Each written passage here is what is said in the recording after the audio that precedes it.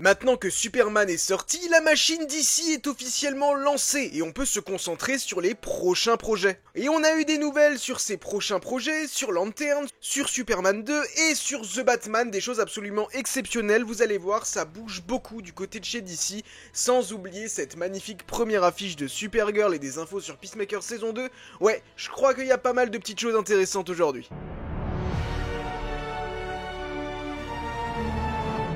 Salut les DCivores, j'espère que vous allez tous très bien, bienvenue dans ce petit nouveau décryptage des news d'ici, des choses très intéressantes comme je vous l'ai dit sont sorties, à commencer par cette magnifique affiche de Supergirl Woman of Tomorrow, Supergirl tout court, parce que pour rappel initialement le titre était bel et bien Woman of Tomorrow qui est basé sur la bande dessinée de Tom King, c'est toujours bel et bien basé sur la bande dessinée de Tom King, mais le film s'est offert un petit rebrand et s'appelle désormais juste Supergirl avec Millie Alcock dans le rôle de Kara Zor-El. Le film est prévu pour le 26 juin 2026, sera réalisé par Craig Gillespie, à qui on doit Cruella ou encore Moitonia. Jason Momoa y fera ses débuts non pas en tant que Aquaman, mais bel et bien dans le rôle de Lobo, et il suivra Supergirl et une jeune fille nommée Ruthie dans une quête meurtrière de vengeance. Avec une Supergirl qui ne va pas très bien émotionnellement parlant. Et attention petit spoiler, 1, 2, 3, on a déjà pu voir dans Superman qu'elle n'allait pas très bien, elle va comme dit sur des planètes où il y a des soleils rouges pour faire la fête, car elle a l'impression un petit peu de vivre dans l'ombre de son cousin Clark. Ce sera à peu près la même mécanique qui sera réutilisée dans Woman of Tomorrow, sauf qu'on y espère une résolution. Et cette affiche est révélatrice, déjà il y a ce grand, pas look up, mais look out. On surfe évidemment sur la sortie du film Superman pour directement balancer la sauce concernant Woman of Tomorrow, et quand on voit le taux d'engagement sur le tweet de James Gunn, c'est juste énorme, on sent qu'il y a vraiment une hype quand même, un engouement qui s'est créé autour de ce premier film Superman et du DCU, et on peut voir quelque chose d'intéressant si on regarde le costume de près, ce n'est pas exactement le même que dans le film Superman, donc soit directement dès le départ elle aura un autre costume, mais clairement je préfère largement celui qu'on a justement sur cette affiche que je trouve bien plus joli, et il y a un détail qui est assez intéressant, c'est sur ses mains. S'agit-il de sang ou s'agit-il de peinture? Eh bien j'ai hâte de voir le film pour avoir la réponse, mais je pense qu'on sera quand même sur une tonalité assez différente de Superman, et quelque chose qui se déroulera dans l'espace, donc bien plus space opéra. On sait que Krypto sera bien évidemment de la partie, c'est assez logique, étant donné que c'est le chien de Kara et que comme dit, il y avait déjà eu de fortes rumeurs qui disaient qu'il serait présent, et même en tant que bébé, et attendez-vous à revoir David Corenswet dans ce film qui reprendra son rôle de Superman, on le sait déjà probablement pour une scène où on verra Kara arriver sur Terre avec comme dit un bébé Krypto dans une navette et Clark l'accueillera, c'est quelque chose qui avait fuité il y a quelques temps et ça vient d'une source assez fiable. Maintenant je pense que même Clark sera présent à la fin du film, peut-être même au début, quoi qu'il arrive, attendez-vous à revoir Superman dans ce film. Par contre pour ce qui est d'un Superman 2, c'est un petit peu plus compliqué. Le film est déjà à 310 millions de dollars au box-office et un article est sorti chez Variety. Cet article nous indique que Warner a bel et bien des options sur une suite incluant Rachel Brosnahan, David Corenswet et le reste du casting, mais une annonce pour un Superman 2 n'est pas imminente. Je ne pense pas qu'on parle du semi-sequel, de la genre de suite qui n'est pas vraiment une suite. James Gunn l'a encore taquiné il y a quelques jours, quelqu'un lui a posé la question quand sortira Superman 2 et il a dit définissez Superman 2. Il y avait un des acteurs, Wendell Pierce, qui incarne Perry White dans le film, qui avait dit qu'il gardait le décor de la forteresse de solitude pour cette genre de suite, qui est très probablement World's Finest. Et si c'est pas World's Finest, c'est Superman Supergirl, mais connaissant l'enjeu de cet univers et l'importance, je dirais quand même qu'il s'agit de World's Finest, histoire de ramener Batman très rapidement aux côtés de ce Superman.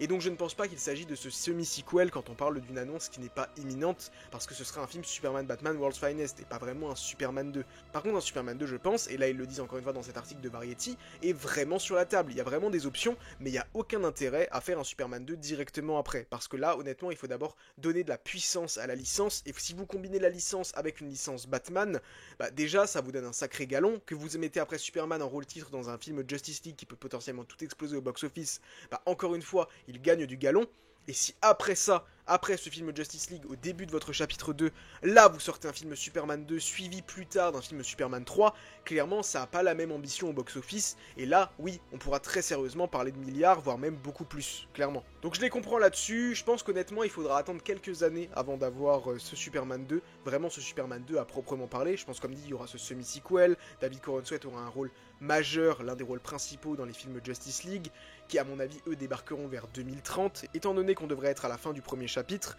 donc je dirais quand même début des années 2030 pour ce Superman 2. Comme ça peut vous paraître très loin, mais au final, si on sait qu'il apparaîtra comme dit quand même dans un rôle principal dans Impossible World's Finest et dans Justice League, finalement, ça peut aller. Avant qu'on rentre dans les grosses informations, si tu n'es pas encore abonné à cette chaîne et que tu veux suivre le contenu d'ici, que tu aimes cet univers et que tu veux vraiment en savoir plus, suivre l'actualité, le lore, les théories, et que ce soit également du côté de Marvel ou de la pop culture de manière générale, n'hésite pas à t'abonner à cette chaîne, à laisser un pouce et à activer la cloche. Tu peux également me rejoindre sur Instagram et sur TikTok, NateVerseFR, il y a du contenu exclusif là-bas et je pense que tu vas kiffer. Et dis-moi dans les commentaires si tu veux un film Superman 2 vraiment d'urgence ou si ça ne te dérange pas d'attendre un petit peu. Un projet qui a été fortement accéléré par Warner selon Variety, c'est le film Wonder Woman, qui apparemment est vraiment en train d'accélérer comme pas possible. On vise très probablement une sortie en 2027, 2028 au plus tard, mais quand on voit l'accélération qu'ils veulent mettre au projet, je dirais plutôt 2027. James Gunn a fortement taquiné en interview à de nombreuses reprises l'actrice Adria Arjona, qui elle-même a déclaré qu'elle adorerait incarner Wonder Woman.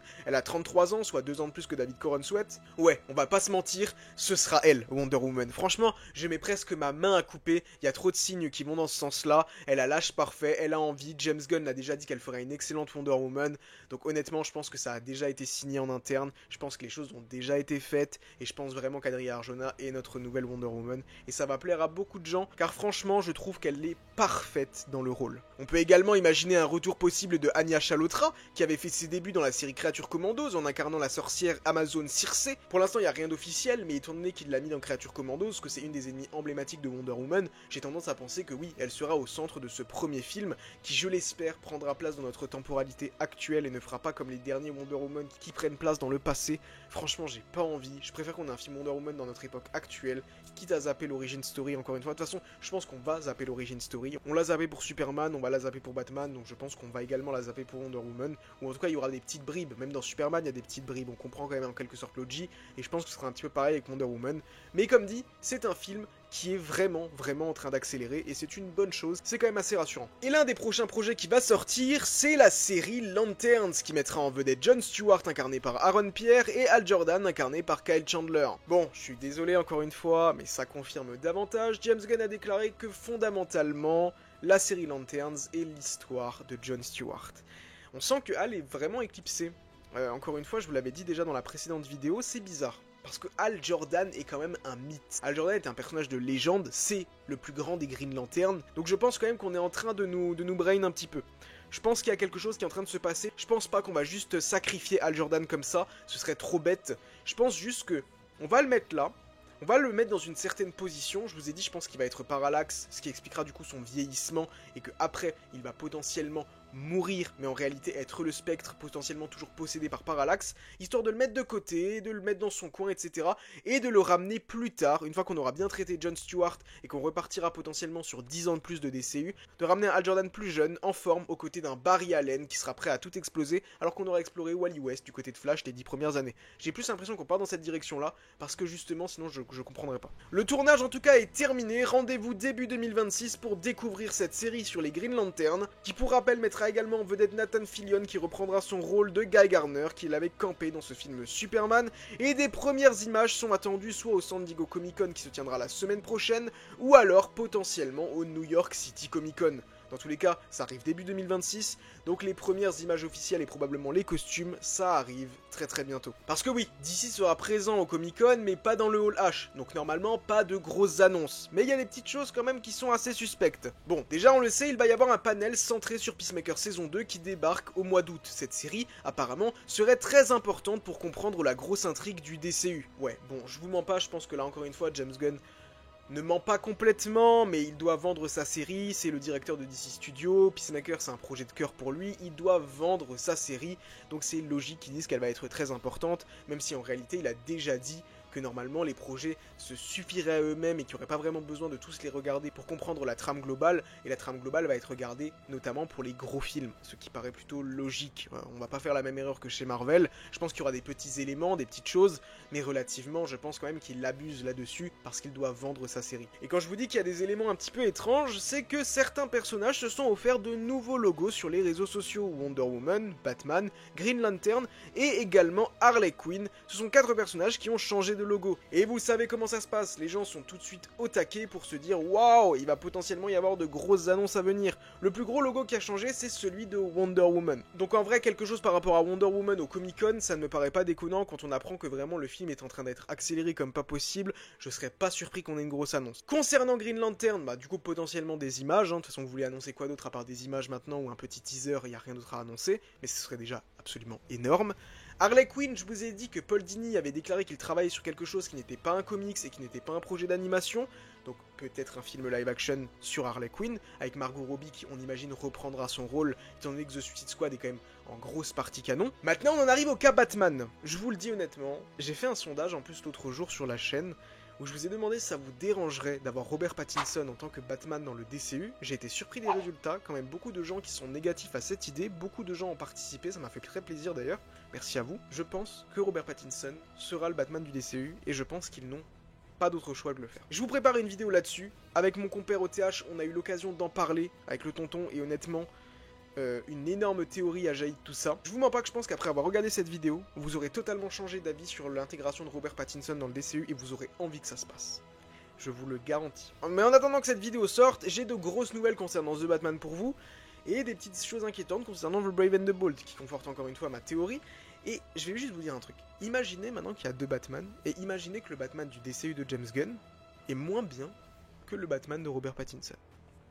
Méditez là-dessus et dites-vous les catastrophes que ce serait pour le studio. Voilà. Et c'est de nouvelles nominations pour la série The Penguin qui ne s'arrête plus. Clairement, on était sur un banger et j'ai hâte d'avoir de nouveaux spin-offs de cet univers parce qu'honnêtement, c'était incroyable. Et du coup, à cette occasion, on a posé pas mal de questions, que ce soit à James Gunn ou encore à Colin Farrell, notre interprète de Oz. Chose intéressante, on a demandé à James Gunn sur un plateau télé pourquoi est-ce qu'il avait choisi de faire Superman, et il a dit parce que c'est l'institution, tatati tatata, et à la fin de son interview, il déclare « Et on a Matt Reeves qui travaille sur Batman ».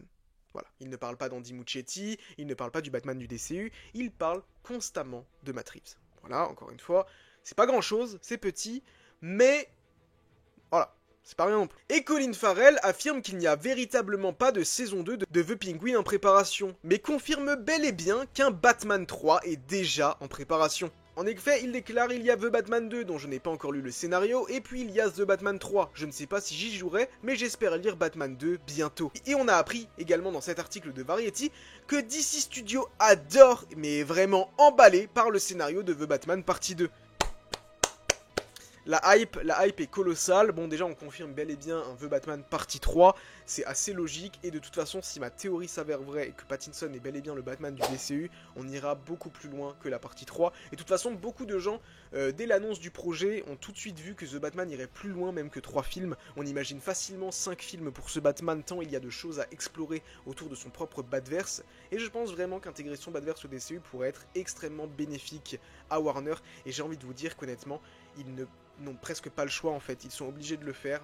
Superman n'a pas tapé le milliard au box-office.